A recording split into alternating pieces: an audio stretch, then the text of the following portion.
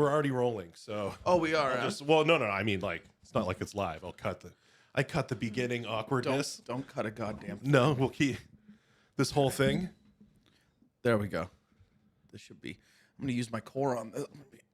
That's what Render did. He was just like He was poised the whole time. Oh yeah, he seems like a guy that doesn't lay down. No, yeah, he's like that's why he doesn't own a bed Yeah. because that would imply he sleeps. Have you ever been to his apartment? No. You should. Yeah. You should. Because it's literally like I sleep on 20-pound weights as a pillow. Like, I know. Well, I know he's like a so minimalist. Spartan. Yeah. He has nothing. Well, Dave Luca, thanks for coming. Thank you so much for having me. Welcome to Half-Hearted. When somebody told me that you had you got your undergrad in like religious studies, Yeah. and I was like immediately I was like yes, because I know that you're not particularly religious. No, So- I mean, yeah, definitely not in any sense of any of the things that I learned. Kind of. Well, like it's not like this is like you weren't like exploring your personal faith. Well, somebody who's not religious who like wants to look into religion, like I find that really fascinating because usually Yeah. people don't care. Yeah, exactly. Yes, and it's the thing. I was exploring my personal faith because also the thing is, I feel like you're not exploring your personal faith when you're taking like theology. You know, because that's people were like, "Oh, you went to school for religion, like theology." No, it wasn't. It was about like anthropology of religion. Yes. Okay. Like the reason I got into it was because I was like originally just a history major. Yeah. And then, you know, when you're choosing your courses, all of the coolest history classes were actually religion classes. Okay. So you were like you're almost exploring religion Phenomenologically? That's the one. Yeah. Yes, exactly. Phenomenologically. Yes. Well, because man, it was so fucking confusing because like I was raised Catholic, right? Yeah. And it's like when you just like being raised Catholic as like a child, it's so fucked up because there's so many parts of it that they don't talk about that just confuse or scare the shit out of you. Like even walking into the church, you're like, why is there a statue of an angel stomping on the devil with a sword? Like, yeah, or you have like in Protestant churches, it's an empty cross. They're all just Yeah. empty crosses where you have a very realistically carved. yeah, we fill that shit up. Suffering Jesus Yes. on that. And that, I always thought it was odd. I found that being raised Catholic was crazy because like it seemed as though it was like a cultural thing that you did, but not necessarily something that you actually believed in. Yeah, kind of. And that really was the case for my family. Mm-hmm. I definitely did not. I am definitely the most religiously curious person of my family. So for just a heads up, my mom, when you ask her what she is, like Yeah. what her religion of her family was, she literally says Anglican or some shit.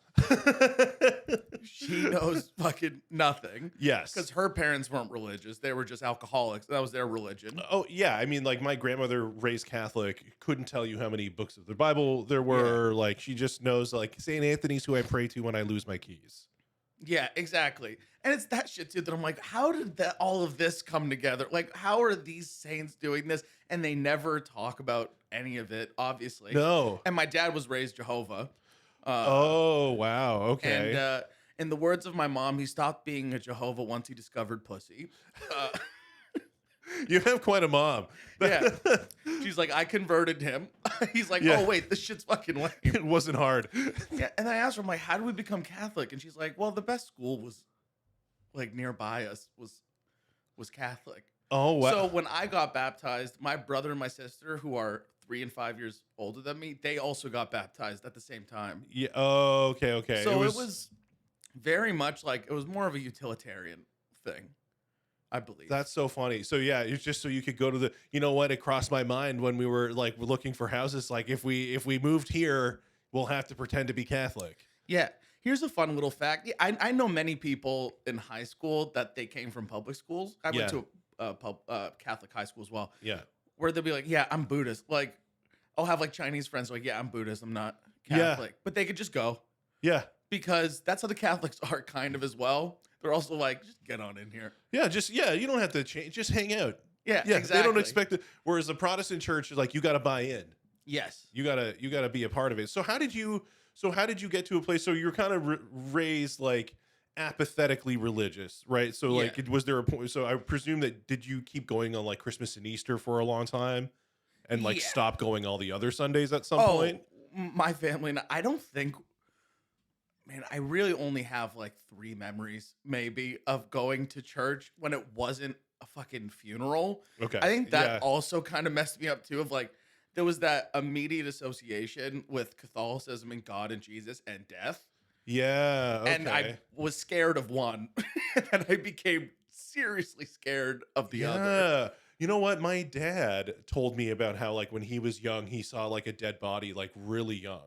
Yeah. And like I didn't go to my first funeral till I was like 22 Yeah. or something That's like good. that. Yeah, yeah, I think so, right? Like I didn't have any hands-on experience with death. And then the first one was my grandfather who like died at 76, who like smoked and drank and gambled like his whole Yeah. life. You know, there was no tragedy in it, Yes. you know? Yes.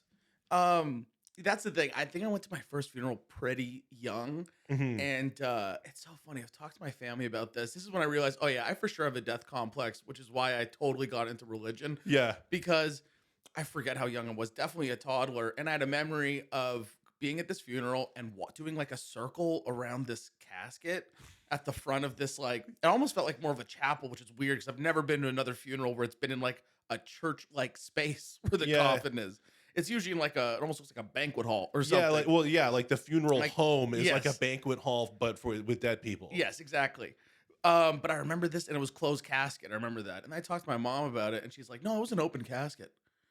So in my memory, I closed that shit. Whoa. Yeah. And my dad like brought me specifically to go fucking look at the thing. I'm like, yeah, this fucked me up. Yeah, how does it not? Yeah, exactly. And that's Catholics love death. Like that's what it was really about. So then when it comes to like uh when it comes to what I really started to get obsessed with was like medieval Christianity. Yeah. And that was the shit of like, like this fucking skull thing. Over here, everything was just skulls and Yes. skeletons dancing, leading people to death. And it was that kind of obsession that even before I really understood what any of this stuff was, it was like those images that really Yeah. like just spoke to me or like really captured my curiosity. Well, in Christianity, so at the bottom of the West that it's like it crops up everywhere. Like these influences will like they're like this isn't that old, No, but like yeah. but like it comes from earlier. Yeah, exactly. How did so you decided like what made you want to go into history to get your degree? Because I got a history degree because I thought it would be I just wanted the degree. Yeah. And I wasn't like really good at anything, but like Yeah. I could do essays. Yeah, for sure. For sure. That's usually what it is. It was I was always obsessed with history, Mhm. but what I thought I was actually really interested in like art, like Okay. and that kind of leads you to history kind of in a certain way. Like when I was a kid, I remember being at the library and looking at the adult books, Yeah. and there would be like, Renaissance paintings of like Hustler. yeah, exactly. A lot of Renaissance paintings were the hustler of Yeah, the that's right. of the Renaissance. So like this chick is fat. PH. They were plump. Yeah, exactly. She had money. Rubenesque. I like this. But yeah, so it's like when you're looking at all of these, I just love the idea of like, holy shit, there was a whole other time with like other things, Yeah. with other people in other ways. Like that blew my mind as a kid. I just always wanted to go back in time and freaking experience it. That's why I loved all those like classical paintings and stuff. And then from there, when you're just like obsessing over it, like that was always what I was into, especially in movies and stuff. I loved all historical epic movies, Okay. period films. As young as 10, I was like watching crazy like ancient war films and ancient political Barry films. Lyndon. Yeah, Barry Lyndon. Unfortunately, I did watch Barry Lyndon a lot. Did you? Yes, A lot. a lot. But it was one of those things of like, it sucks because it's one of the greatest depictions of the time. While being an awful. A part of the accuracy is it was that fucking boring. Yeah. Back then. Everything was long-winded and quiet. Yes. And terrible. And dark. Yeah, exactly. So it's like, a lot of it was just based on like, I didn't even read a lot of history books. I was literally just looking at pictures, watching historical movies, and I started absorbing a lot of information that way. So then at history class, I was just like, well, yeah, it's just like reading the script of the history Okay, movie so that I liked. so you were almost like an accidental religious scholar in the sense of like you just like these are the courses that seem the coolest, but it was you didn't have like a specific interest, or it just Well, kind of became that.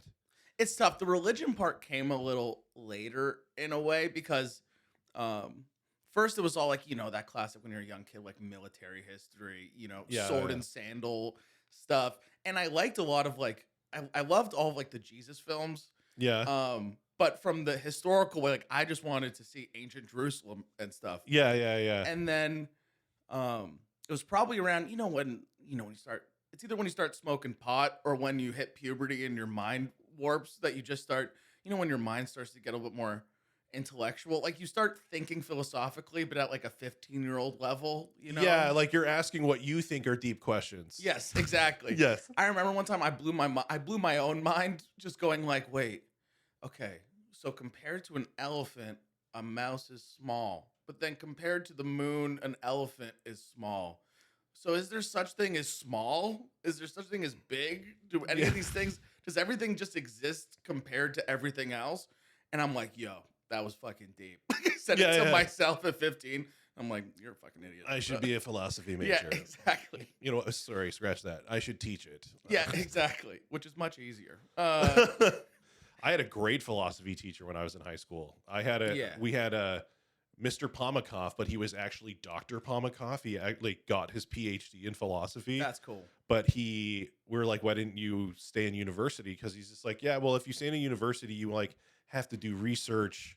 You have to like produce stuff for the university. He's just like, I really went to just like learn. Yeah. I guess like because like Gen X or Boomer kids just had money to just spend on a whole education just for That's fun. cool. I think you should get some kind of tax break or some kind of financial promotion if you demote yourself back down to high school. Yeah. If you get a PhD and you go to high school, you should get some kind of Yeah. reward. So like we in his class, we didn't have like a philosophy textbook. We had like it was like a course book like you got in university, one that had like components of like a bunch of different textbooks, all Yeah. like that he made by himself. Yeah. Like that was our textbook. It was like this thing. Yeah. And in OAC. Yeah. You know what? Now that I'm thinking about it, what got me into religion more was like that kind of stuff. But then I actually started off more in getting really interested in like Eastern religions at that time, Mhm. specifically Buddhism, and then even like, like ancient Egyptian religion. You know what was one of the things that led to it? When I was 16, I had a religion teacher. Okay. It's so funny that like even just like the good teachers that you have in school do shape you. Almost like I like this person, so I'm gonna now like the thing that they teach. Like my favorite teachers were always the coolest ones: history, philosophy, and I had a world religions teacher, Yeah. and they were all out of their fucking minds and awesome. Yeah. I felt it's odd that way, right? Like the cool teachers didn't have those behavioral issues from students because they were like engaging enough that they like Yeah. wanted to pay attention. Exactly. And then it's like I want this person to like me. Yeah. Yeah. So I'm gonna show them. I'm gonna reveal to them that I care. You know Yeah. what I mean? By like showing it through the work. But this world religion teacher's name was Mr. Estrogen. What's up, Mr. Estrogen? Because he's watching. Mr. this for Estrogen. sure. Mr. Estrogen. Yep. That's a classic Armenian name. Yep. That's the drag queen. That's actually a pretty good A drag. great drag queen But named it Mr. was Estrogen. so funny because it was like high school's like first world religion class. Yeah. Before that, it was all just Catholicism. Yeah. And yeah, by yeah. the way, when teachers teach Catholicism, it's the fucking shittiest, stupidest thing. It's like they don't even know what they're talking about because you just hear the exact same story over and over again. The exact same thing. They give you the comic book version of the Bible. Yeah, And you're yeah, like, yeah. this is so condescending and Yeah. terrible. But when I took this world religion class, I think it was maybe the first week, this guy puts on Zeitgeist. Did you ever watch No, the documentary Zeitgeist? I did watch Zeitgeist. And if you remember, the first Yes. third of it is going, Christianity is a fucking lie.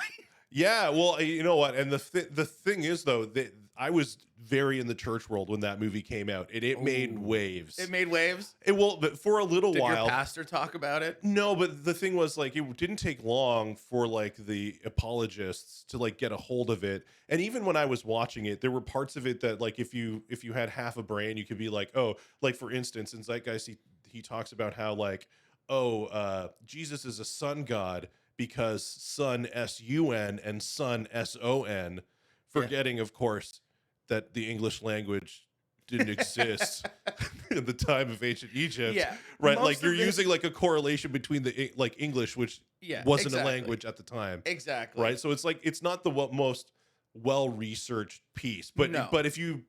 again, for the average person, Yeah. you would watch that. For the average Christian, they Yeah. would watch that and freak out. And also, I think what's good about it too, this is also why I really like a lot of conspiracy documentaries where they use really cool references that nobody normally talks about. So their reference points will be interesting for you to look down.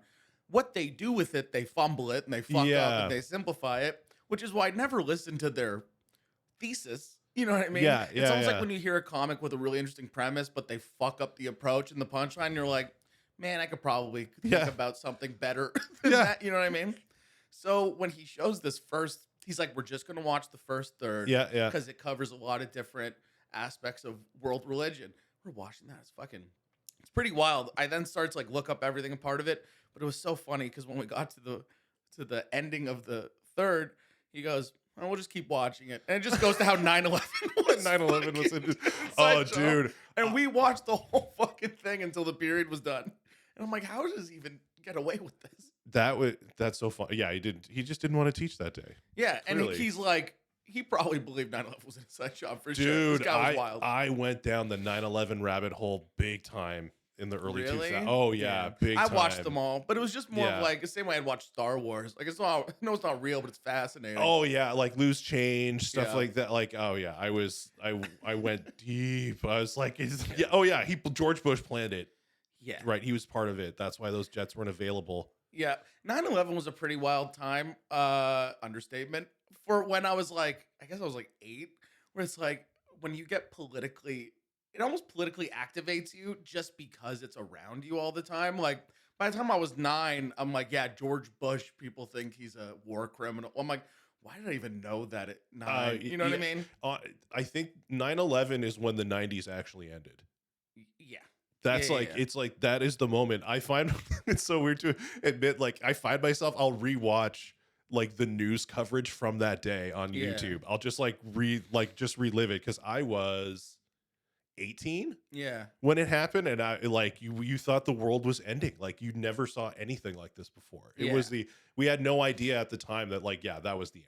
Yeah. That was the everything, because like housing crisis is not long after that. Mhm. And then like yeah, it's crazy. And it was like I remember watching like Fahrenheit 9/11, and when they're going through, it also seemed like that was the return of being afraid of your neighbor and ratting out your neighbor. Yeah. That classic like Soviet and Nazi style like be a patriot, rat out the people in your community. Yeah, but it also triggered this time of like extreme. That's when we stopped trusting our institutions, right? Yeah. Because it wasn't long after 9/11 that the Boston Globe dropped the Catholic priests Mm-hmm.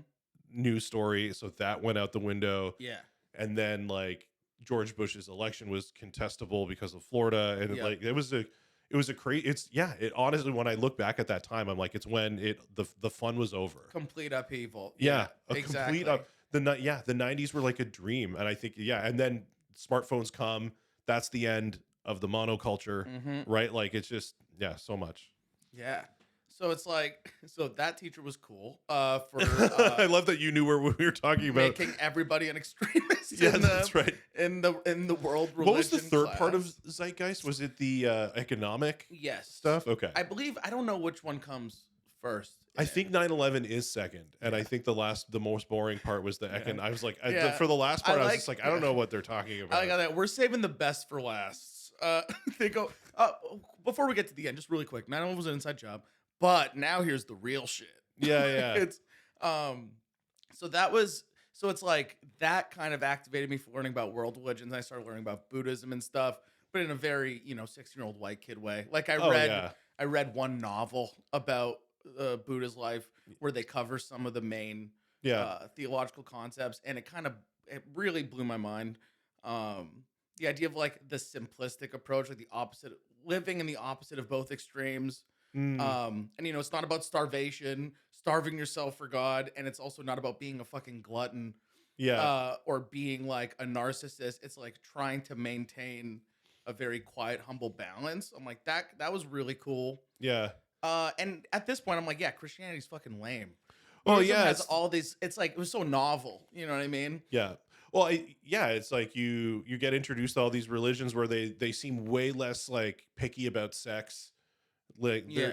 their god has way more arms. And also at that point, I was like, all of the characters in these stories are interesting and cool. Like the Zen master that beats the crap out of his students and then they become enlightened. Or they're Yeah. doing these weird, almost like comedic things. Like, Yeah.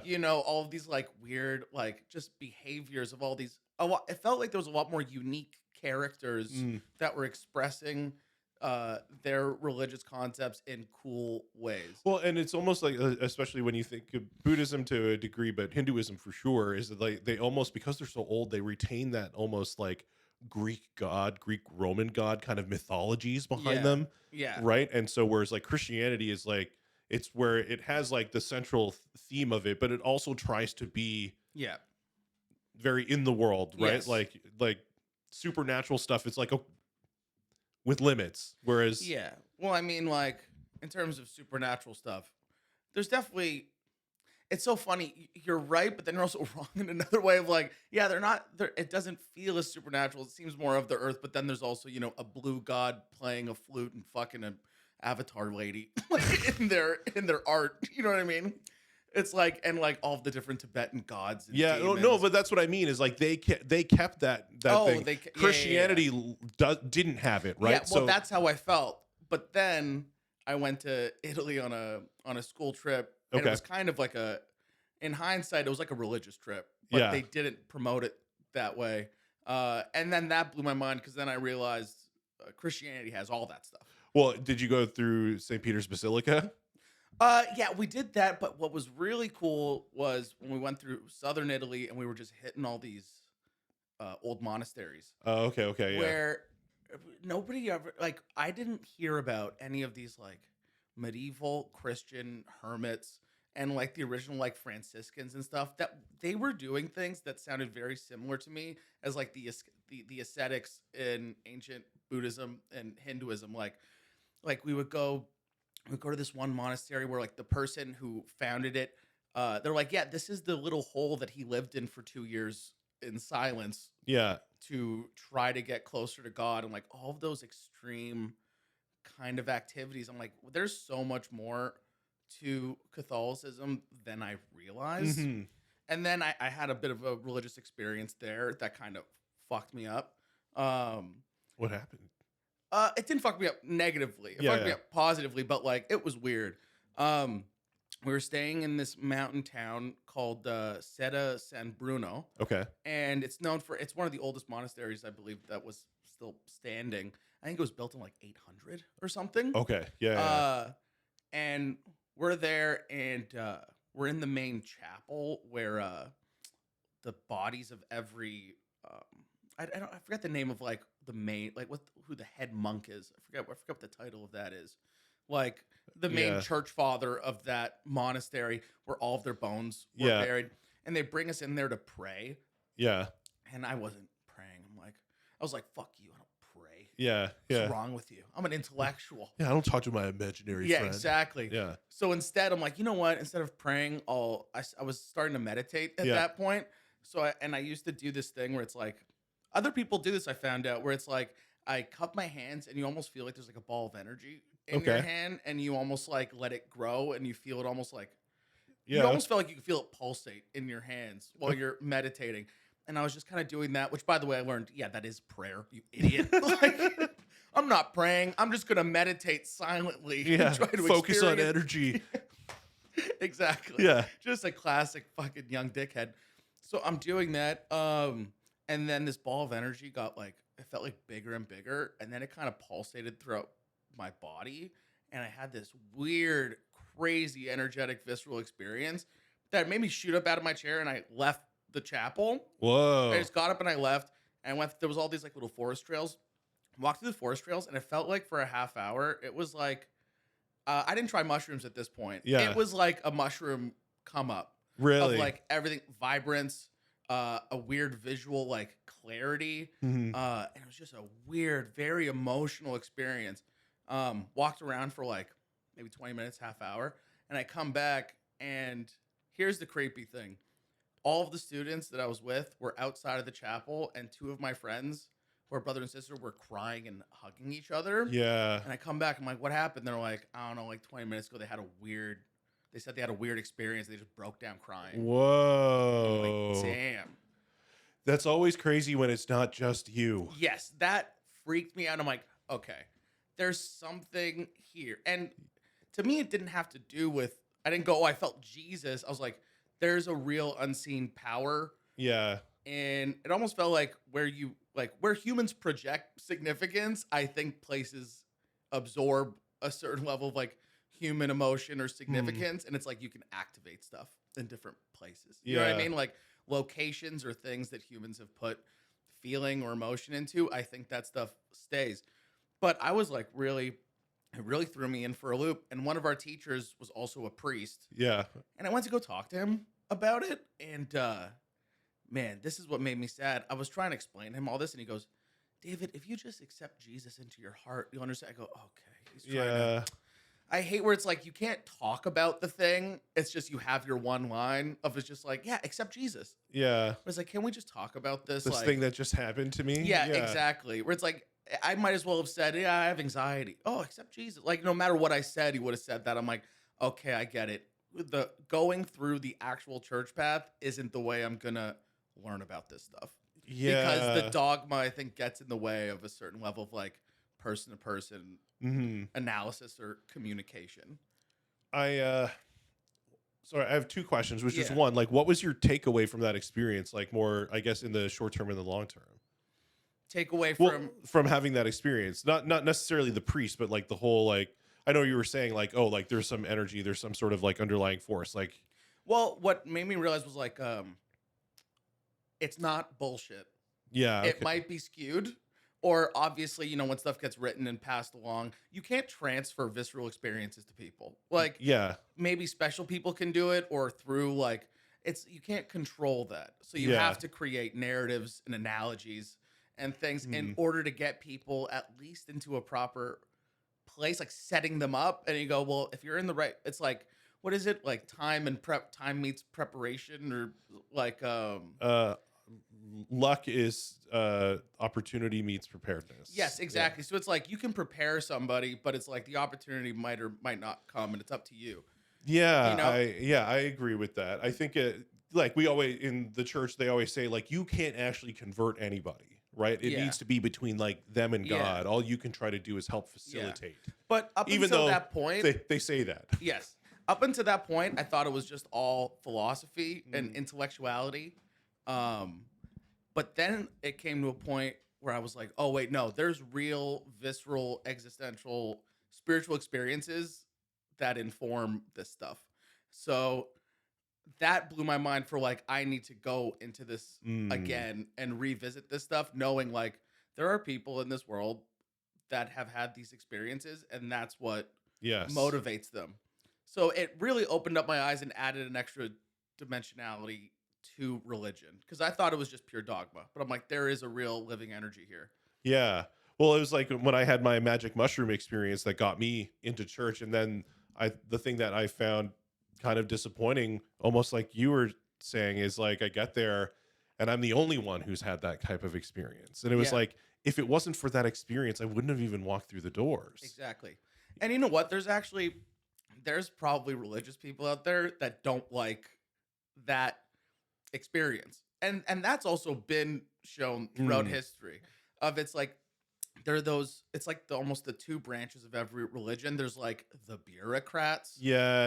and there's the structure, and then there's the visceral, the mystical. Yes. And I think that's also why, you know, a lot of mystics were persecuted, or people who were mystical but not within the main Christian institution, they were fucking killed or thrown in prison, because that's much harder to control. And I think it's also some kind of existential jealousy of it, because if you're just a dogmatic person and you hear somebody had this weird physical experience, especially with Catholicism, if it's of the physical world or of nature, it's probably the devil. Yeah, well, it's like what Jesus said, right? Like a prophet is never accepted in his hometown, Yeah, right? It's like, exactly. right, you have this experience, and you're like, we're doing it all wrong, and they're like, "Pff, I saw you last week when you like stole $5, right? Like, Yeah, we know exactly. you're bullshit, so I'm not gonna listen to you. Exactly. But these things happen, and yeah, it's like that you have this experience, and then they try to formalize it. Yes, exactly. So I'm like so that just really expanded my understanding of this stuff, and I just wanted to know more about, because going to Italy as well, you start to realize like Christianity or Catholicism isn't a thing. It's a banner that they're putting over. It's something that's happening village by village Mm, over freaking 1,500 years, 2,000 years, and it's like in every single place. And Italy almost still is like this, where it's like you can tell if somebody's different by like a 2 kilometer difference in terms of where their villages are. okay, So I go, okay. there's no way that Catholicism was a single institution with one single, like, it was being experienced by different people in different ways Yeah, with well, different traditions and cultures like put into it everywhere. yeah, you know what? I said on a previous podcast, I was like, Catholicism is like McDonald's. It's the same wherever you go. And then I realized in retrospect, that's not really the case. Like No. every place, like regionally, puts their own spin on it, and the Yeah. histories of those places infuse Exactly. with it. Well, it makes sense that, Roman Catholic, like Roman Catholic, the Romans, that's how they Yeah. help their expansion of like, hey, you guys can do whatever you want, but just make sure you also add our guy. Yeah. Have our guy in the temple too, Yeah. and do your rights to him. And it's about, that's when I started learning about syncretism. Okay. Like the idea of a lot of, because, picture you're a fucking peasant, or picture you're like, you're a spiritual healer in a village. And yeah, you have herbal medicine and herbal knowledge and different things, but you're also utilizing the supernatural world to help in your Mhm. stuff. Like spiritual power wasn't owned by one figure or one thing. You would want to almost grab as much as you can from everywhere, so you can grab as much like Yeah. spiritual energy on it. Yeah, no, that's So yeah, it's like I think Jesus you're right. is like a new tool. So Yeah. it's like, okay, so we're gonna have, this pagan god, we're gonna have this thing here, and then we're gonna have a picture of Jesus, we're gonna say a prayer, and then you throw a fig leaf at a Yeah, person. well, Like you're just gonna do everything together. that is the Protestant like accusation against Catholicism, is that like the saints, is that those roots coming through, Yes, exactly. right? And that's true. Yeah. Because sainthood was something that was created by the public, Yeah. in terms of one really holy person, or, this is something like, I think it's Saint Martin of Tours. This guy, he did a lot of like pagan conversions and Okay. building a lot of like church communities throughout France. When he died, they make grave sites, like, Yeah, yes, or they yes. make ritual sites for them, because they go, that person must have a power in them Yes. that I can't access through. Well, they still Somebody have else they still here. have bodies in the Vatican. Yeah, exactly. How is that? Yeah, here's the Pope's finger. Yeah. It's got some extra Jesus in it. Yeah. Like, Yeah. There are people praying to it. yeah, exactly. And I also thought that was bullshit. Yeah. But then I'm like, maybe it's not. But not in the sense that the finger has something, but in the sense of it's like, it's like a totem. Where Yes. It's like if you have a totem and then 10,000 people every year go up to this thing and they go, oh, holy fuck. And they're just putting so much into it. I don't know if it has a thing. It's almost, I feel like it's the self-help book for the illiterate. Right? Like, this guy did amazing things. This is all the stuff he did. Here's his finger. Like, whoa.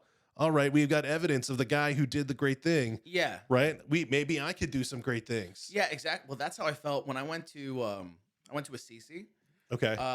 And in the main church there, it must be called the Church of St. Francis of Assisi. Yeah. It must be. But when you go in there, there's fucking St. Francis's robe.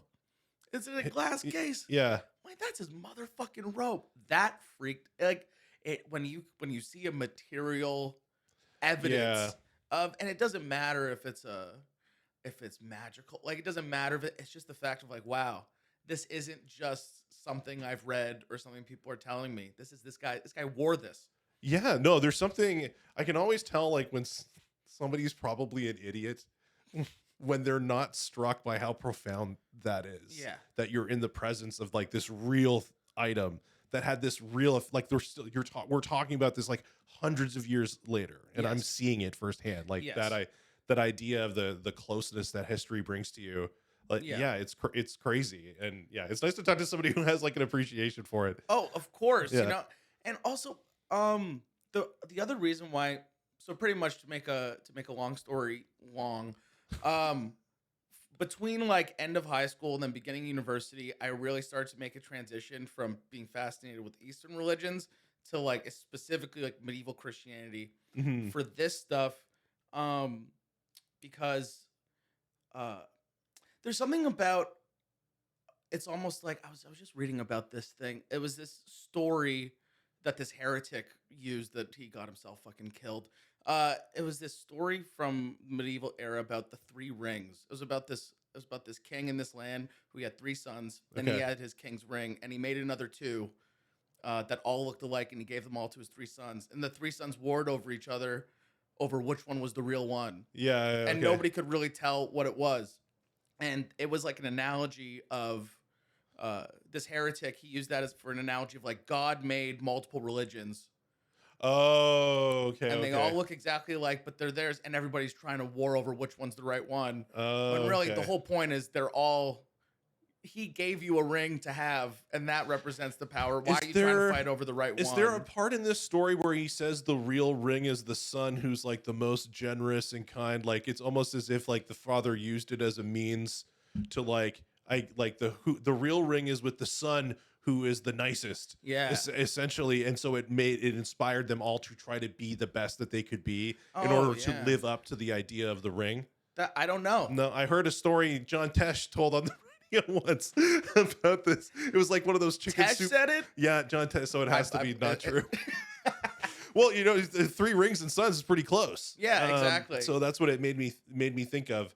But the But he idea got, of, like- but so he was trying to articulate, yeah, like different religions were trying to articulate the same thing. Yeah, and also I really just felt like I don't know if there's any proof to this or if there can be proof to it, but it's like I think the symbols, like the religious symbols that you are raised with, it might be easier for you to enter spirituality like through that way Yeah. than trying to seek different novel symbols from other cultures. I Yeah. think. But you know what the weird thing is that and tell me if you disagree, but I feel like almost all the world religions somehow have a soft spot for Jesus though.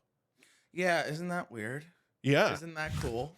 I think it also has to do with the fact that Jesus, the Christianity allowed for anybody to go put Jesus in your ritual too, and they'll be like, yeah, it's like, Yeah. you know, it just added a little extra, Yeah, a I little get extra like mana. it just to whatever you one were of the things doing. that always spoke to me was like every other religion was like cool for Jesus with Jesus, and then Jesus was like just me. Yeah, Really? but also I think a lot of that was there's a lot of aspects of Christianity that you almost don't know what came first, like Christianity or the symbol for it. Like one of the things I really got into later was like Christian Gnosticism. That weird, once again, something that nobody tells you about. Yeah, because all of the apocryphal books are Yeah. considered Gnostic, the ones they left out. Yes, because the idea of like, yeah, it's just there's a secret knowledge, and if you could unlock that, then you unlock Yes. everything.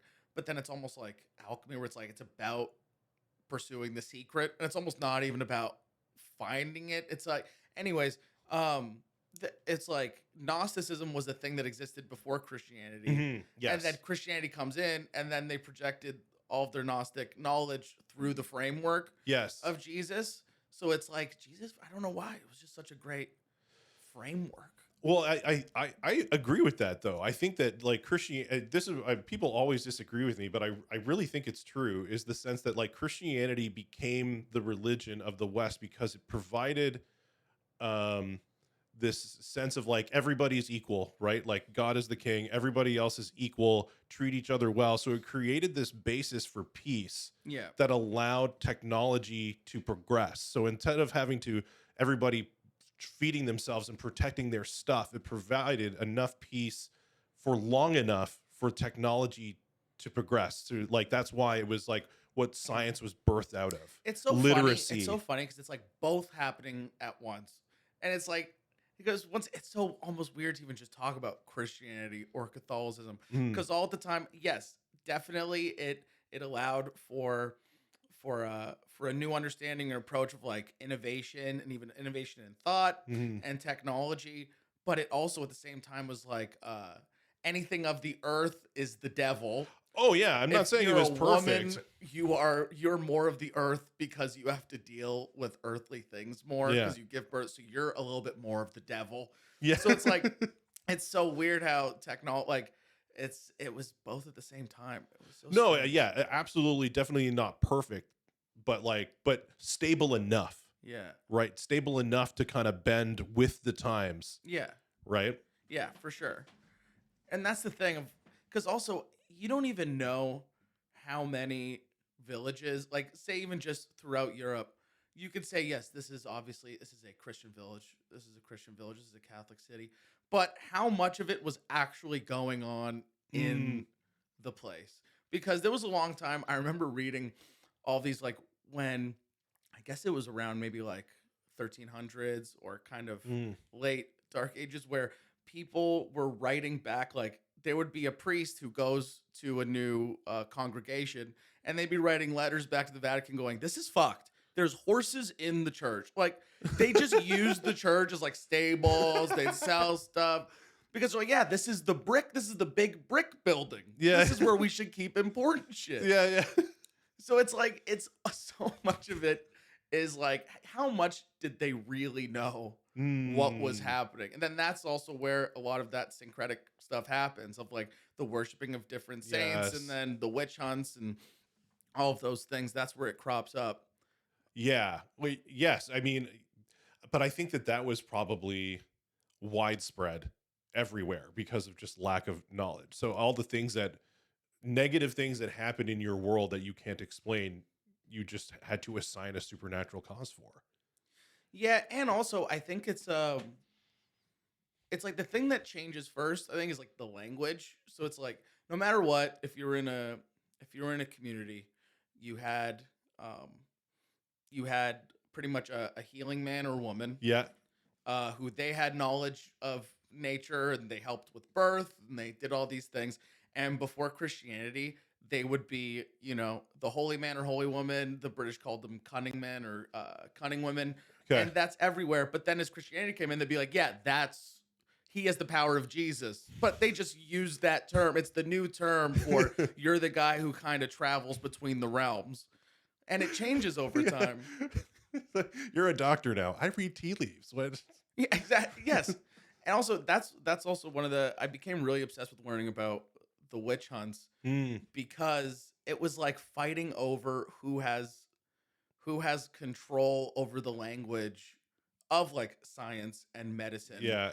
and dealing with people because a lot of the witch hunts if you read we don't have really any documents of real peasant like interactions with religion except through court documents of when these fuckers were being killed. Yes. So there's this weird thing of you have to read all the court documents and see the stuff that's unchanging in order to find out any kind of perspective of what the real local practice was.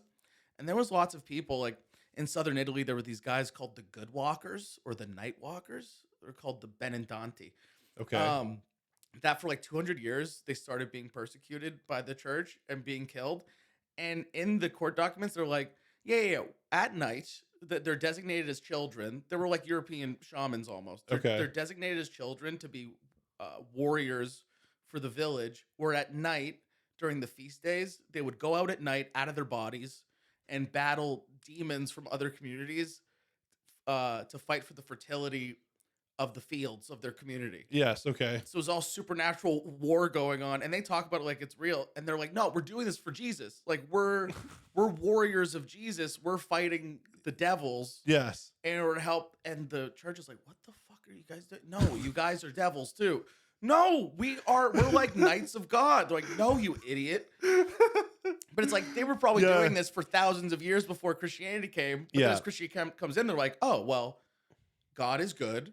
Yeah. What we're doing is good. We must be people of God." Like it's just the language. Yeah. They just like, oh, that's what you call it. We already do stuff like that. Yeah, right? exactly. Yeah. But then all of a sudden the church goes, "Wait, no, you can't be doing that." "No, but we're using your language." "Yeah, but you're not using our language our way." Yeah. So it's like that fight over the power of, the discourse. Well, and it's crazy how it's like that's kind of my issue with like church now is this idea of like how they do church now or what they believe now is the way that it's always been, which like the fight over like young earth creationism, like that's new. Yes, right? that really is. Right. And like that's something that they didn't even think about. Right. No. And now it's at like the forefront of our discussion. So like That's also kind of why I jump back and forth on the idea of the Catholic Latin Mass. Because people, Protestants do not like the idea of the Latin Mass because they're like, we don't know what they're fucking saying. Yeah. Because it'll be the priest with his back turned to the congregation. He'd be like, "I'll be right back, guys." Yeah. And he's speaking Latin to Jesus. And he'd be like, "All right, you guys are good to go." We go, "Okay, he did the magic thing." Yeah. And then they all go back and, punch a Jew. I don't know what the villagers did back then, but they'd be like, "All right, cool." But then people are like, "No, we need to know what they're saying." Yeah. And I get that. It's good to know.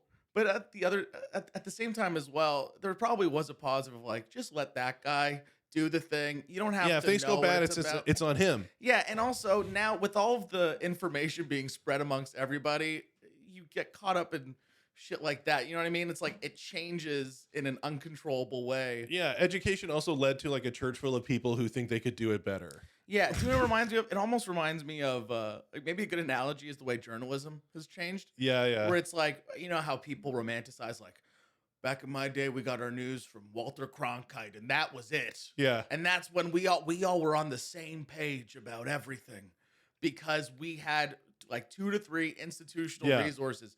Now journalism is completely based on like if you have a computer and an opinion, you can be an online journalist.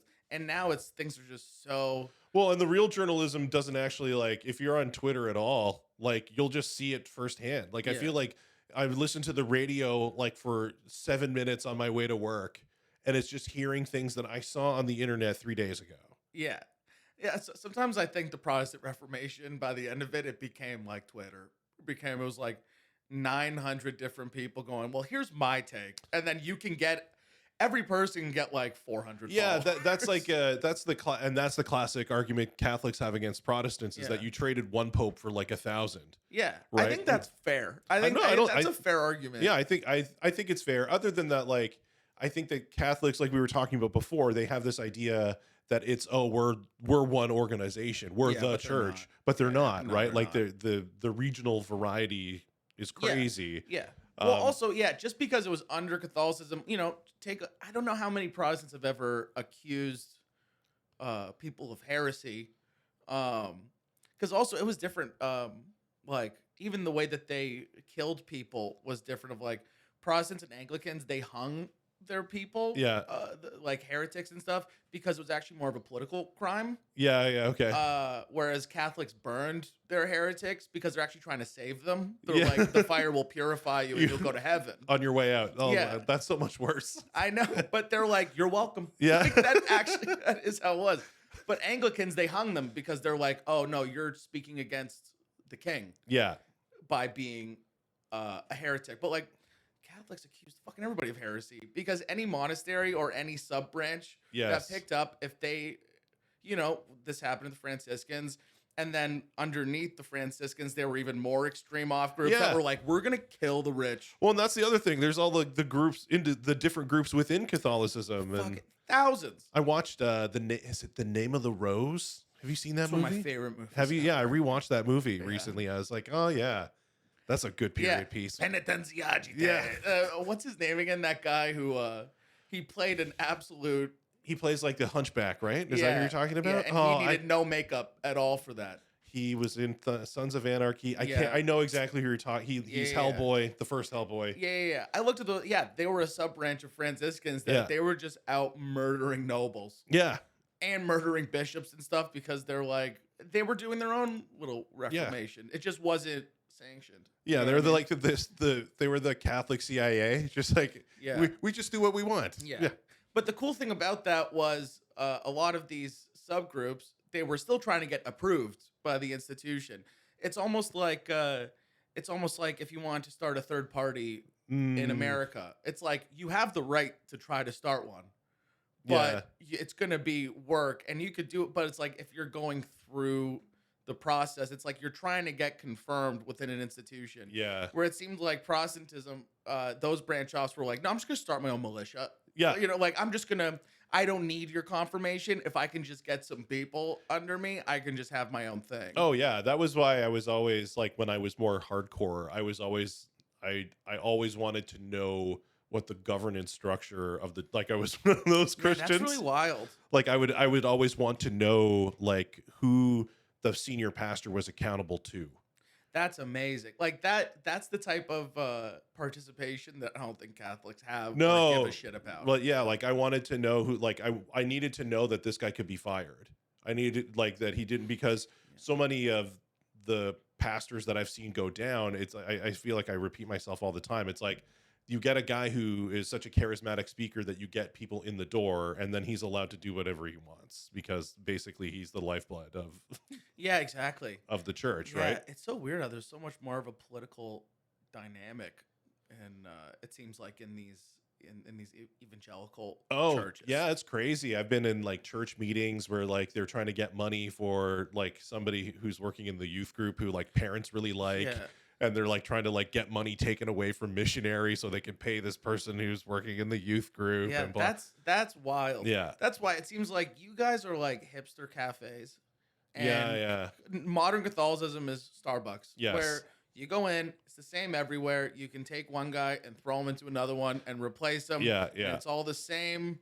You go through the same stuff. Yeah, you can choose what hymns you're gonna sing or what scripture you're gonna read from, but it's all mostly the same everywhere you go. It's like the Protestant church is like, it's a collection, it's a fracture. Yeah, that's what it is, right? Because like you've got, it all starts with there's Anglican where they're kind of on it, but with it, but not with it. They're kind of their own thing. But then you got like Lutheran. We're gonna take all of the power parts of Catholicism, and all of the fuck you Catholics of Protestantism, and we're gonna mix it all together. And now Anglicans are weird, but Protestants is like this church came because they disagreed with that church, and then it breaks and that breaks, and it's so funny that like it's still political like that to this day, because that is how it started. Like Martin Luther, when he's like fuck this, and he put up his 99 Theses, which was like pretty much like a diss, like a rap diss on Catholics that he nailed up to the church door. They're like, all right, you're going to die now. And then he's like, all right, I'm going to get power from German princes. And he went to all the German princes and he's like, hey, I'm trying to give you guys more power from the church. They're like, all right, we'll help. Yeah, we're in. So it's like, it was already like a effort of like, let's join forces. It's about power dynamics. It's like when Compaq took on IBM. Exactly. It's almost exactly like that. It is the same. I'm going to make that. It's 100% the same. That was and he managed to stay alive, and they're like, he wanted the Catholics hate him still. Oh yeah, they hate him still, although they're just like, but thanks for teaching our congregants how to read. But it's so funny how quick, I love when these revolutions happen, because the turnaround on the guy who started it being the best to then him being like, guys, I made the change, stop making more changes. Luther was getting so mad at who were they? You ever hear about the Anabaptists? Yes, I mean I know what Anabaptists are. So there were some Anabaptists. They're pacifists. Okay, so no, okay. So you know what? Do you know like Seventh-day Adventists? Yes. So you know how is that the main branch? Yeah. So it's like Seventh-day Adventists. There was all different branches, and then it was the branch Davidians that were like, we're gonna collect guns and sell them, and then that was what happened with Waco. Yes. Anabaptists were kind of similar. of there were Anabaptist churches kind of popping up everywhere. Then there was one. This is one of my favorite stories in Münster, Germany. These Anabaptists took over this fucking walled town, Yeah. and they created like a socialist and polygamist like commune Okay. in there, and they held that thing for a couple years where they were just fucking everybody's wives. They were executing people, and Luther's like, please stop it. This isn't what I want. And they're just like nerd, like they just hate Luther now because he's not extreme enough. Yes. And then finally they broke that wall down, and it was like 3 church fathers who had complete control. It was almost like, it was like proto like Soviet, like proto communism of like, yeah, rat out your neighbors. We're going to take all your wealth because the kingdom of God is equal except for us 3. Yeah. They broke it down and they tortured those motherfuckers. They peeled off all their skin over like 10 hours with hot rods. Yeah. And then they put them in cages that hung outside of the church, and the cages are still hanging up there to this day. It's pretty creepy. It's pretty cool. Wow. But yeah, like, but the turnaround time. Yes. Because there were infighting in Catholicism, obviously, in these branch offs and trying to execute Franciscans or all these different types of groups, but just the sheer extreme spread and how quickly it was in Protestantism is insane. Oh, and it's like, and then you think like, was it worth it because of like all of the cults that like came out of it, right? Like the Latter-day Saints, like their history is crazy because they split early, and they had like, you can see it's like a religion just trying to hold on by the seat of his pants, right? Creating prophecies so they could stay, like, not be made illegal. Yep. That's just awesome. It's but you know what? There were some people say that Protestantism is the reason why America was created. You know? Oh yeah, I mean, well, and that's just the thing though, is it was the democratization of Christianity in the sense of like everybody, if everybody should be able to read the Bible. Yeah, right? in a certain sense of like meritocracy, in a way of like, you will be as God will love you as much as you like work. Like there's like Catholicism almost acted in some regards as an unnecessary middleman between the average person and God. Yeah, they were like spiritual brokers. Yes.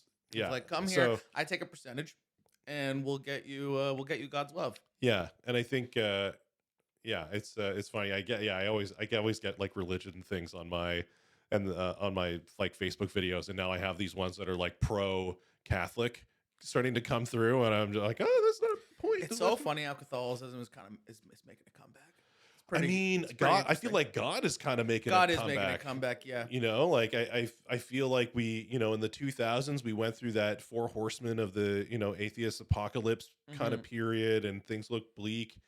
And now I think that, like, especially with like the woke stuff and like that, which is kind of birthed out of the new atheist movement, people are like, and I think Jordan Peterson has a huge effect on it. Is just getting people to a place of being like open to the idea of God without trying to pitch a specific religion. Yeah, for sure. The thing that I like about Jordan Peterson, for like the things he's talking about, you know, like concepts of like sacrifice and things like, in terms of like almost like an evolutionary way of like one of the things that humans discovered is if you sacrifice satisfaction in the present moment, a thing will grow. Yeah. That then you can. You're sacrificing something in the present for something better in the future. That idea is like and that's what Christianity is like. That's at like the core of it. And you know what? I'd rather that be the thing than a lot of conspiracy theories are also, I believe that a lot of that is just new Christianity pop-ups, but it's like, you know, like flat earth believers, that is a Christian subsect. Even if you're not Christian, it's a Christian subsect. No, you're not. I don't think you're wrong. I mean, I think there are people who aren't Christians who are flat earthers, but they're being tricked. Like they're being Christian without being Christian. Yes. Because also, by the way, a lot of these conspiracies ask 20 questions and you get to the Jews did it, which that's classic Christian. The Jews are poisoning the well. Yeah. Like, so. I mean, I'm seeing people being overtly anti-Semitic now in just regular conversations, and I'm like, oh. QAnon is a Christian cult. You know, Is it? the idea of, well, first off, once again, Which is 20 crazy questions because to the the only Jews. the only way that because it was birthed out of 8chan. Like, what were Christians doing on 8chan? I think all of the early that was all. They all had their own 4chan. Yeah, The catacombs, when people were in the catacombs doing their little worshiping, that was their own. That was that was 4chan. 8chan. They're all sharing memes. Yeah, yeah. The cross was an OG meme. The fish Yeah. was a meme. Yeah, You know, it's like, okay. yeah. But yeah, like, you know, QAnon is literally it's literally George Soros, a powerful old Jewish man who they literally like draw him like doing this, that classic like 1800s Jewish controlling Yeah, person. yeah. And it's about godless vampire lizards that kill children Yes. and rape children. This is like, it's such it's literally like how they used to say that the Jews sacrificed Christian babies. Like, yeah. it's all the freaking same. And is Q supposed to be Donald Trump? Or is he helping Donald Trump? Because I know Donald Trump is the savior in QAnon. Is this right? And by the way, once again, of course, literally the savior. He is the savior. He's going to lock them all up. He's going to come back, and there's going to be a reckoning. Yeah. This is going to be the second coming that's going to be happening. But what's great about, I think, on purpose, you go, Trump could be Q, just like how Jesus could be the Messiah. The Messiah is coming. Yeah. He could be a prophet. He could be a Messiah. We don't know yet. Yeah. But just in case Trump fails, no, he wasn't. He was just a prophet. But now this new guy, whoever that will be, Donald Trump Jr., he's the Messiah. Gotcha. That's right. You know what I mean? The savior is a guy who eats taco salad. That's. I think that's what I envision. I'd love to see in 3,000 years, like a church mosaic of like an ancient Trump eating a taco salad with like doing this thing, like, you know. I had this idea for like a movie where like it almost like Idiocracy, but like because Scientology has all their boats, like they're the only ones that survive like a cataclysm, and so like 1,000 years in the future, like Scientology is what like runs society. Dude, that might be a thing, even without the boats. Like, Yeah. Scientology might. It's so crazy how they're just doing it. They're kind of doing it right in terms of grabbing power. Like, Well, I mean, they shored up themselves financially to almost to the point where it doesn't matter how many people are actually in the religion. yeah, I think it's just more of a waiting game of like, yeah. if we just stay alive and keep acquiring money and keep putting spies in the IRS. Yeah, and just in keep other putting parts of spies in the government. IRS, building bunkers, and then our time will come. Yeah. For a while, I started to think all of the new alien stuff that's coming out in government was just like I think it's a Scientology psyop, potentially. What do you make it? Are you into that shit? Yeah, I'm really into that stuff. Because I got really excited about it, and then with each passing day, I'm kind of like, it might all be bullshit. I don't know. Yeah, well, it's tough because, you know, there's a big press run over like, there's probably 2 solid years, maybe 3, but with like really strong pockets of like month to 2 month things where it's like whistleblowers were coming out, footage was being released. But now, it's probably been maybe like 6 months since any new real shit has come out. Well, and it's like, you know, oh, Grutch is the whistleblower, but then he just knows people who have said stuff. It's like people who've heard, like, and then I saw an old George Knapp video from the 80s, and they're like, disclosures right around the corner. I'm like, okay. There have been people like trying to capitalize on this for like decades. Yes, but you know what? Also, at the same time, to bring it back to religion again, it's kind of like how all of the prophets have to say, the end of the world is coming. The end of the world is now. The only way you're going to get people to really start being activated is by telling them, it's like manifesting it. It's like, the end of the world is coming, so we have to change our behavior now. It's a new world. Some people go, okay, and then they make it happen. Yeah. So I think it's almost like a part of it saying, disclosure is coming around the corner. If we all believe that strongly, we'll force their hand, and it will happen around the corner. You know what I mean? Yeah, but that's provided they know anything. Yeah. Right. Like it is interesting to see how things have changed, because I always thought that the Fermi paradox was fairly compelling. That there's a chance that we are alone. Yeah. Right. Well, now that we're all in this like now that there's this whole multi-dimensional aspect of it, I was like, Well, that's what I maybe every mean. universe has one planet Yeah. with one like one biological planet, and then there's a million universes, and in every universe there's one. Who knows? Or none. Like it just and that's the thing though. But it's interesting because there was a guy, I think his name is Hugh Ross. He's a Christian writer, and he was talking about how like with like UFO stuff, the testimony of the aliens has always changed. Like if you go back to the history of like people who saw aliens or talked to aliens, it was like first they were from the moon, right? And then like it's as if as our knowledge increases, like so does their story. Yeah, but what's Right? funny Like though? then they were from Mars, Yeah, right? Then they were from Pluto, yeah, and then they're from yeah. and now they're from a different dimension altogether. Yeah, well, it's funny that you're saying where they come from Yes. is changing. Well, or what they're saying to us supposedly is That's changing. it's funny because they do say that there's a lot of similarities. There are many unchanging elements in the stories. Like what? Well, first off, here's something from.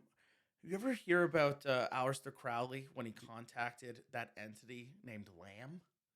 No, I mean I know Okay. who Aleister Yeah. Crowley is. I know he was like he was in like a dark mystical arts sexual Yeah, kind yeah. of like he was mystic. he was a perverted wizard, Yeah. pretty much. He started that. It was called Thelema, I believe. Okay. So he did this. He did this ritual where he was calling down a spirit. Okay. Or sorry, not a spirit, an interdimensional entity Yeah. named Lamb. And he does this ritual. I read about the rituals were fucked up. A lot of it was like very perverted sex rituals, like Yeah. mixing in shit with piss and cum with like 9 people in a Yeah. room. So the Load cover album. That's the Load. But yeah, so album cover. he wrote this. He did a not a seance, but he does a ritual with a group Yeah. of people where he called Lamb Yeah. and they speak. And he drew a picture of this entity, and it is a gray alien. And this is Yes. from like 1915. Yeah, like but the I can't find the podcast, but I heard this podcast. But the description of the gray alien comes from it's somebody named Wells, but not H.G. Wells, but a different Wells wrote a book. It was like mid 1800s, and he described the gray alien and basically that they are future humans. Yeah. That's how he describes them. But also there are also some heavy similarities between like what we consider aliens now in the medieval period. If you go take a look at the folklore across the world, the concept of the fairy people, the fairykin, elves. Yeah. There's a lot of similarities in that as well. Like one of the things that have been spoken about now is I think an actual like soldier. Like there's another whistleblower that's been doing a Ron podcast of they have vehicles that it could be like 20 feet in diameter, but then you go inside and it's the size of like 10 football fields. Okay, yes. Yeah. And there's just a way for them to change the amount of space and just mess with space time so they can just have an infinite amount. And that was something that they've been saying about elves for like centuries of like, they live in small pockets, like almost where they call like fairy holes or fairy portals, where they can have an entire city just under your feet or in a little cup, and it's like well, it's like the idea that the alien craft or whatever the UAPs are actually like they're not moving. They have the ability to bend space time around them. And the thing to as well, move quickly. The one real similarity between all these that really gets me curious is the idea that they're not good or evil. They're actually apathetic to humans, or if anything, they might be like little just tricksters, like trolling you. They don't care, and they don't want to influence you. They're literally almost making fun of you, or they don't give a shit at all. Yeah. When it comes to all of these entities across, whether it be fairies, elves, or aliens, or even, I swear to God, I saw entities on once on mushrooms, once on DMT. Yeah. And it was always, it's all the same. They're like, they kind of don't care. They'll pop in, they'll look at you, or maybe they'll make fun of you. Yeah. And that's Huh. very similar across all these things. Like, that's so strange. Well, and that's the one thing that I always kind of poke fun at. I feel like people want there to be aliens because they're hoping that they'll give us the technology that will make our lives easier. I think that like like they're almost like surrogate saviors. yeah. That's what we're hoping that they are. But the phenomena of it points to the fact that if like they're not here to help us. Whatever it is they're doing, they're not helping. No. If any, right? Yeah, no, I don't think so at all. And I don't even know why how would you even assume that they would know how even? You know what I mean? And that's just it though, is we're talking about these things as if we have anything remotely in common with them. Like I remember somebody saying like, oh, if we like make them a map, like you would have to explain like what an arrow is. yeah. Like the concept of it pointing to something, right? Like Mhm. that's based out of like hunter-gatherer tribes. That's how old the arrow is. Yeah. Right. And it's like, why would the aliens have any idea Yeah. like what that means? Like we would be like I love Arrival for that reason. Yeah. You know? That's also a what I love about Arrival too was it's the language that will change you. Like Mm, the form of communication is the thing that changes your brain and changes the world. It's not about even what's being said. It's about the communication technology that will do it. yeah. That's very you ever hear about Marshall McLuhan? I know the name. That guy's a real motherfucker. Yeah. That guy's a brilliant dude. He's from Toronto. Yeah. He was a University of Toronto professor. He had that whole concept of the medium is the message. Okay. Yes. It's not about the content. It's about whatever tool you're using as your communication. Okay. As what the foundation is, it changes your brain and it changes the culture. Okay. And that pushes civilization much more than any form of content. Mm. Okay. You're like a movie guy, right? Yeah. Yeah. And so when did you like get into movies? When did you go from like casual to like I love movies, want to make movies or content? From a practical way, straight up webcam on my computer. Really? Yeah. Webcam on the computer. As soon as I got one of those, I'd invite friends over to my house. And Yeah. we would literally just do stupid shit Yeah. in front of my webcam. And I would edit it and put it on YouTube, probably starting like 7th grade. 8th Okay, grade. okay. But you know, it was like at that time where you don't even do it for an ambition. No, you're just doing You it for just the fun. Do it for fun. Yeah. And I kept doing that in high school. Me and my friends started doing I was in a band, so we were filming us playing and putting up videos and stuff. And then What kind of band were you in? I was like an alternative rock band. Cool. Yeah.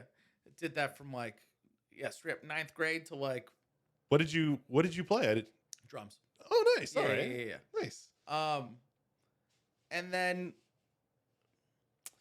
I guess it was probably 10th, 11th grade where it's like I started taking it up a notch where it's like if there was you guys for your project, you guys have to do a skit in front of the class. I'd be like, can I just make a video? They'd be like, okay. I'd make like a 30-minute. Yeah, video. yeah. They'd be like, Dave, I'll just give you 100%. You did too much. That literally happened. They're like, we can't screen this, but you get 100%. Yeah. I'll watch this at home, but this will take up the whole class. Yeah, that's so funny. So then when it came to applying to schools, I was like, let's fucking do video. I'm like, I'd love to. I was good at it. Yeah. And I started to write scripts for those things. I'm like, yeah, I'm good at it. I think I could do it. Yeah.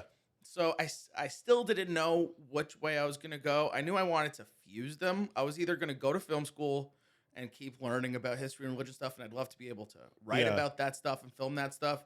Or I go the other route. I learn about history and religion, and then I keep doing filming on the side. Yeah. And it pretty much just had to do with what school I got accepted to. Yeah. Gotcha. I got accepted to Concordia in Montreal, but I didn't want to go to Montreal. I was with a band. We were just recording an album. Oh, okay. I had a girlfriend. I didn't want to go. Got accepted to U of T. I'm like, let's do that. Yeah. And then that was definitely the better case because then I really got into the idea of cinema was actually through my religion classes. I took this religion and film class. Okay. Where they showed some when you start going into the real geniuses. I knew about Kubrick and stuff, who's probably the most popular genius. Yeah. But then when you start watching the films of the Swedish filmmaker Ingmar Bergman. Yeah.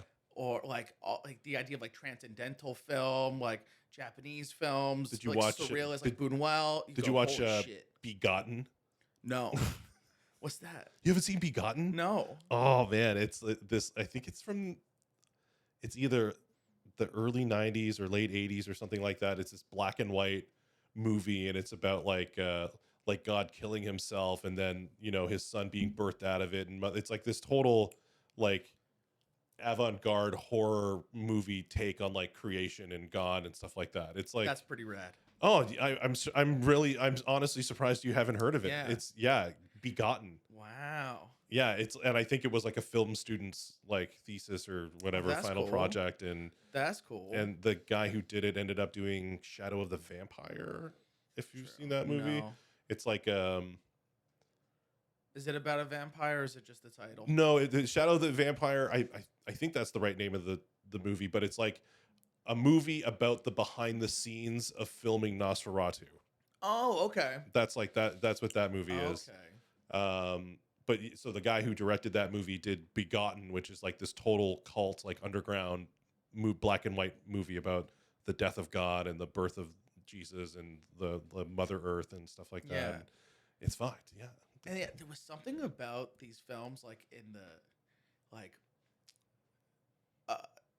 the idea when it became to, I thought I can get into a time machine by watching historical movies. Mm-hmm. You know, Yeah.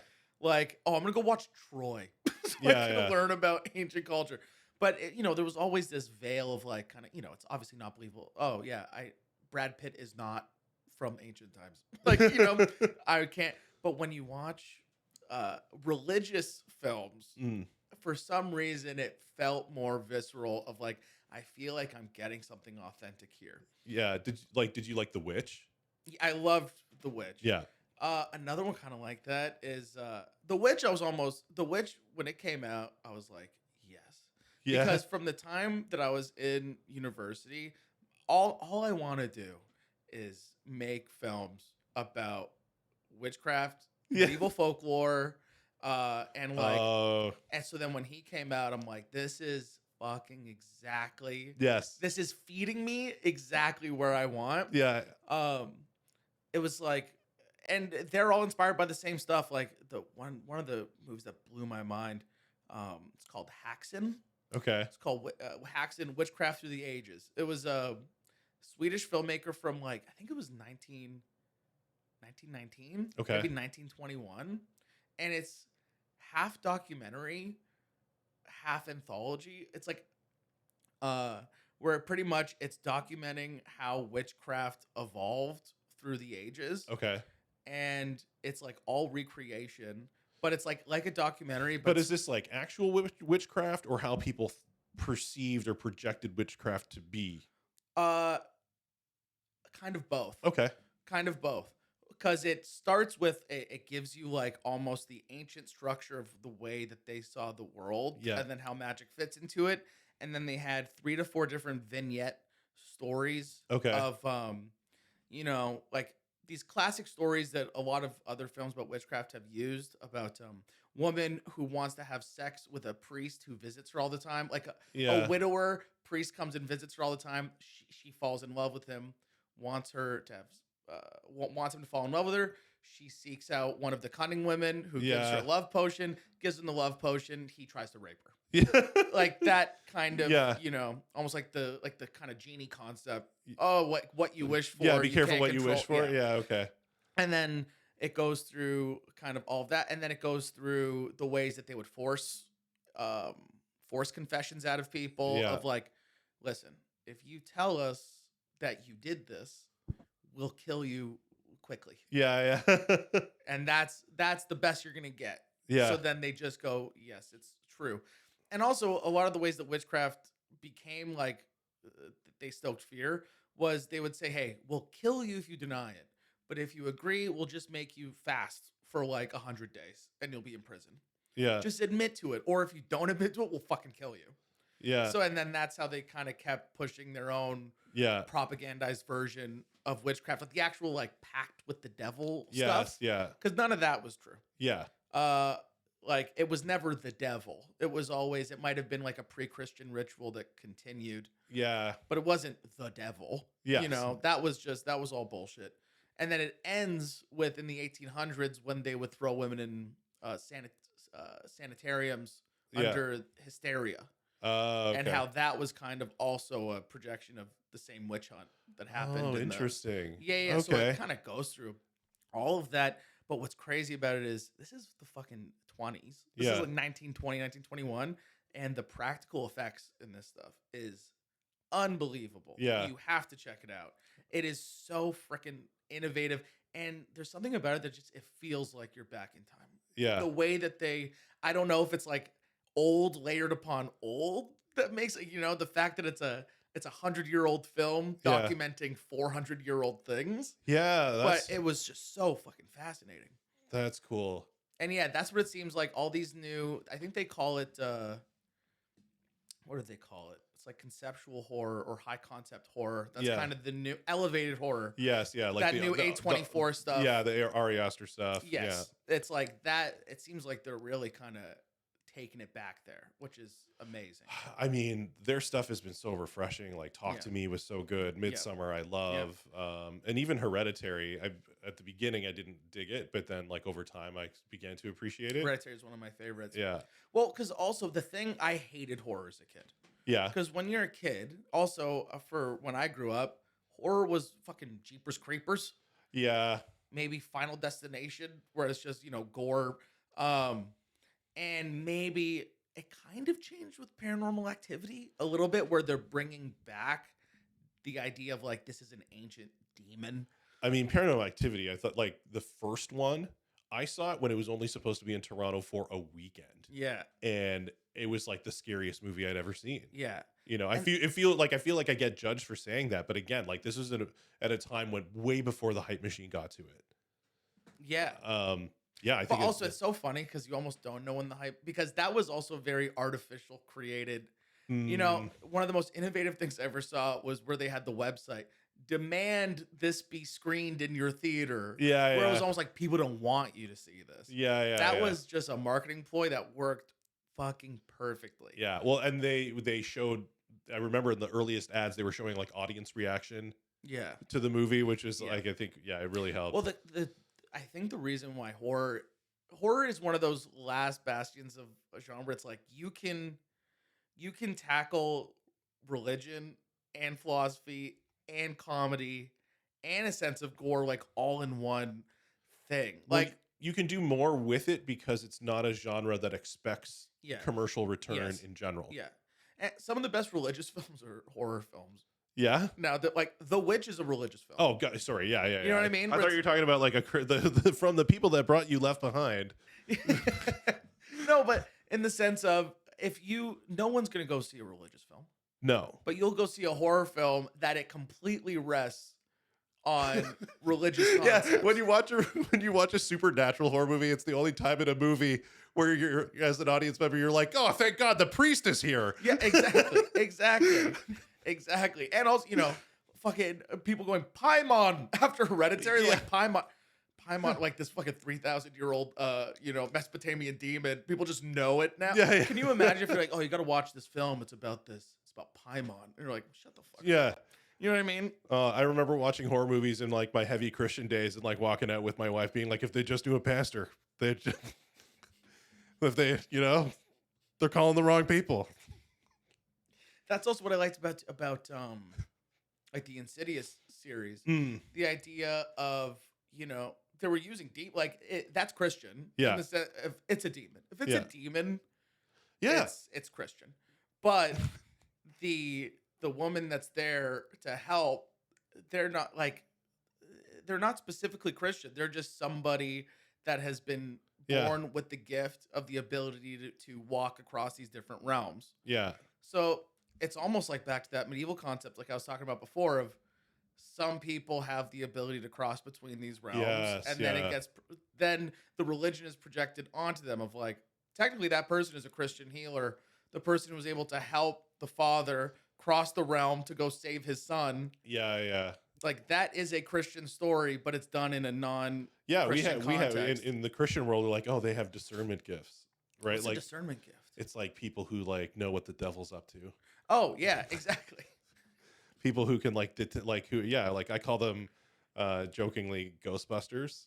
Yeah. But Ghostbusters have been around forever. yeah, right. Like, yeah, even in Christianity, there are people who have like spiritually sensitive, like they know if you're being if you're being spiritually attacked and stuff Yeah. like that. I really don't like it. I don't like it. I don't like the people in religion who have hidden knowledge. Yeah. I feel yeah. like every cult starts with somebody who knows things that no Yeah. one else does. Yeah. And that's always a recipe But for it sucks disaster. because there's some cults.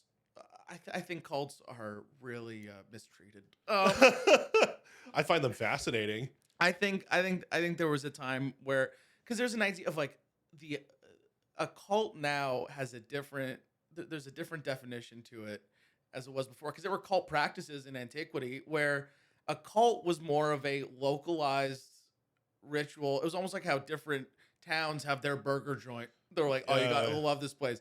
Different local communities had their cult, which was, and it was about shared practice. Like, technically, like the ancient Greeks with the mysteries of Eleusis, that was a mystic cult, and that cult was based on sharing the knowledge, Yes, but in a highly secretive, formalized way. And the fact there was a cult, the cult practice, it didn't have to do with keeping knowledge away. It had to do with protecting it. Yeah. And you participating in it in a very controlled way. Yeah. Well, yeah. You're talking like how cult is applied to. It's like goth doesn't mean, in ancient times didn't mean people that were all black and listen to The Cure. Yeah, exactly. But it's like, I think those cult practices are important, and we do that on a day-to-day basis. You ever you've done mushrooms. Yeah. Have you ever accidentally just did a cult practice just because you were afraid of having a bad trip? When I started doing mushrooms, my friends would be like, all right, we got the mushrooms. We're going to rent a cottage. Yeah. And we have to make sure there's water. Yeah. And we have to make sure there's a safe place inside. We have to gather food. Don't eat fast for the first couple hours. And because you don't, and it's about like you're being afraid of, like, you want to set and setting. You want to make sure. Oh, that's fair. That it looks upon you. The mushrooms look upon you with favor. Yeah. Hey, there's some people who think that the recipe for like the Israelite incense contained cannabis. Yeah, that's been proved. Has it been proved? That's been proved. Yeah. They found an old. Oh, that's right. They found traces of it. There was a like a container that they did DNA testing on. Yeah, so they found there was cannabis. Yeah, so there's a lot of that. There's also more drugs than you think. It's all drugs. The one thing that people don't know still, it's like, I think when it comes down to it, all early religion is shamanism in a sense. And it's like, Siberian shamanism, they used Amanita muscaria mushrooms. In ancient Hinduism, or like, the Indus civilization, they had what was it called again? Soma. Okay. That we still don't know what Soma was. It may have been Amanita. But Soma was a substance that the early Hindu fathers took in order to create the Vedas. Yeah. In ancient Judaism now, we have cannabis, but there might have even the idea of the burning bush. People talk about that. But that might be a really oversimplified version of it. With Christianity, people say, I don't know if you ever heard about John Anthony Allegro. Yeah, I've heard. Which there's some arguments against that. It was a pretty simplified argument. Yeah, I didn't find it compelling. Especially like, was he the one that involved Santa in it? Like I don't know. I can't remember, but yeah, I don't know, because he was going real antiquity. Yeah, that was I'm not really. I don't find his arguments particularly compelling. Although, but like in Norse mythology, they had mushrooms. In many indigenous cultures, they had peyote. Yeah. And then also with the ancient Greeks, I brought up the mysteries of Eleusis. That was spiced wines and and there was no wine. Wine was the base, and then they put shit in it. Yeah. Okay. And there's even somebody wrote one of the arguments for the fact that there was mushrooms in the mysteries of Eleusis was they found a recipe list for this wine, and in the ingredients list they put water.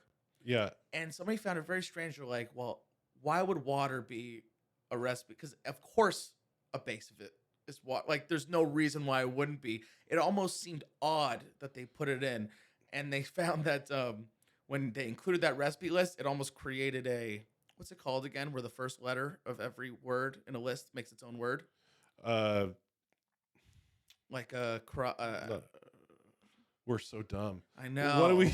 Not an anagram. Yeah. Uh, Hold oh on. my Just God. go. No, put in Yeah. the word. Yeah, we'll look it later. up. Where every letter not is it an anagram? Maybe, I don't know. It really doesn't matter. Yeah. But like the first letter of every word became the Greek, one of Yeah. the Greek words for mushroom. Yeah. Oh, gotcha. Okay. And the other thing, a guy in ancient Greece got arrested, a politician, because he was charged with having the mysteries and sharing them in his home at a party. Oh, I see. Okay. Yeah. Yeah. So it's like all of these, like every culture has a substance that Yeah. they've used as like a transportation. And he got in vehicle. trouble for using it outside of the legal. Yeah. Oh, that's very cool. That's very Yeah. interesting. Yeah. I like that also the concept of arresting people Yeah. was a thing. Yeah. Like even adults got a slap on the wrist. You know, that's I feel like we have been talking for like a really long time. There was some specific things I wanted to talk about. Yeah. We got off the rails. That's okay. I like taking the conversation wherever it goes. Yeah. When did you? Because I remember seeing it was either on yours or Rebecca's that like you've done writing for TV. Like when have you? Yeah, a bit. Yeah, for films. Okay. I was in a writer's room during the pandemic. Okay. For, How did you get into that? Was that through comedy?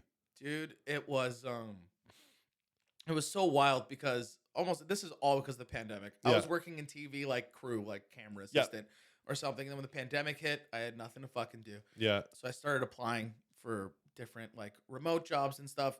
And then it was probably by the summer, like end of the first summer of COVID, I put in comedy jobs into Google, Yeah. and it showed up comedy writers room, Okay. and it was just somebody put it up on like Monster or something. I'm like, what the fuck? So I applied. I sent them a message, like a little cover letter, but I found on their Instagram their employees had like they did a little questionnaire, like you know how it's like meet our team. So I took their questionnaire and I filled it out myself. And I made it a little funny. Yeah. And I sent them a link to me performing at Yucks. Yeah. And then they reached out to me and they're like, "Can you send us like a packet of some of the stuff you've written?" Okay. Okay. At that point, I had never really finished a script on like a short film script. Whoa. Realistically, like I started writing a couple first drafts of some shit that were dog shit. I think it was within like 4 hours. I just ripped through 4 and I just finished them. Wow. And I just put it together in a packet, sent it, brought me in for an interview. Like, it's time they brought me in the writer's room. Great. That ended up being one of the worst movies that will ever be seen. That was 2021. Yeah. Still not out yet. Ooh. Lots of reshoots, like 3 years worth of reshoots. Very much almost like Tommy Wiseau's The Room kind of vibe in terms of it's somebody who just believes in themselves that has no instincts at the helm. And it was just kind of like, there's only so much you can do. Yeah, yeah. But I was in that writer's room for like a couple months, and slowly they just started firing different writers. And then by the end, it was me and Rebecca. Who were left, that's it? Who were left, and then we just kept writing for them. And then they hired me to write another one that I did with another comic. Yeah. You just finished a tour with Jam. Yep. Just led me to a question I thought was a good question, so I pat myself on the back. But like, so you go on tour with Jam Easy. What makes a good comedy partner? Interesting. Yeah. One of the greatest things about James specifically is he's honest as fuck. Yeah. And I don't know, other than that, it's like there's a certain agreeableness of like, listen, if you're going to be sleeping in a room with somebody and you're going to be driving for 8 hours at a time, it's just the ability to like, some people, they just get tense by just the discomfort of a certain level of it, that they'll just start looking for things or looking for problems to create just because they're anxious or Mm. something, or there's some angst in them. And I think it's about the ability to like nip that in the bud by talking about it right away, Yeah. or just Jam is a really chill person. Like, Yeah. never had a problem in that way. We're also kind of different Mm. in a certain way. Like, we kind of have different approaches or different identities on stage that I think that also helps in a way that like we're a little more complementary rather than like similar. Yeah. We're not Yeah. similar, we're complementary. Yeah. And I don't know what it is. I think it's also just it's about chemistry. Like, you kind of don't know until you Mm. find people. Like, Yeah. and you almost don't even know who it's gonna be until you go through it. Mhm. Like, the main tours that I've been doing with James, me, James, and Himanshu Patel, Yeah.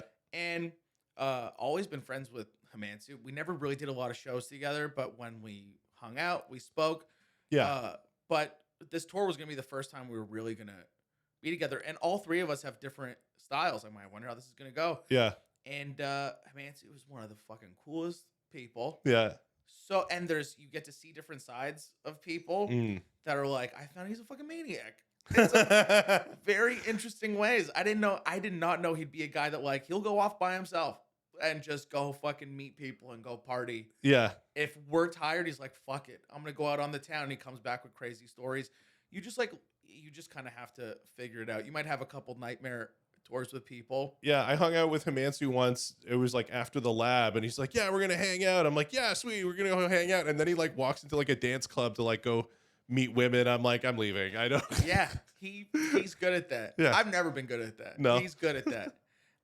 And that's why you learn about this shit about people. But you almost don't even know. You can't quantify Mhm. what it is in a way. If it's just like, you need to be chill, you need to be positive, and you need to be honest if there is a problem. Yeah. Before it becomes a problem, and you just have to experiment. I don't know. Yeah.